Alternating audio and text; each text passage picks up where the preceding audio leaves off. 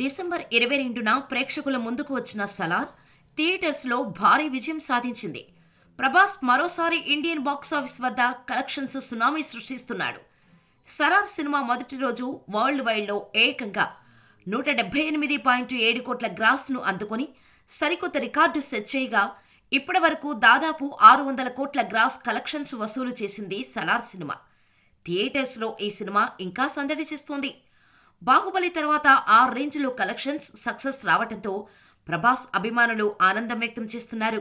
ఇప్పటి నుంచే బాహుబలి 1 తర్వాత పార్ట్ 2 కోసం ఎదురు చూసినట్టు సలార్ పార్ట్ 2 కోసం కూడా ఎదురు చూస్తున్నారు. సలార్ సక్సెస్ పై ఇప్పటికే చిత్ర యూనిట్ అంతా మాట్లాడగా మొదటిసారి ప్రభాస్ ఈ సినిమా విజయంపై స్పందించాడు.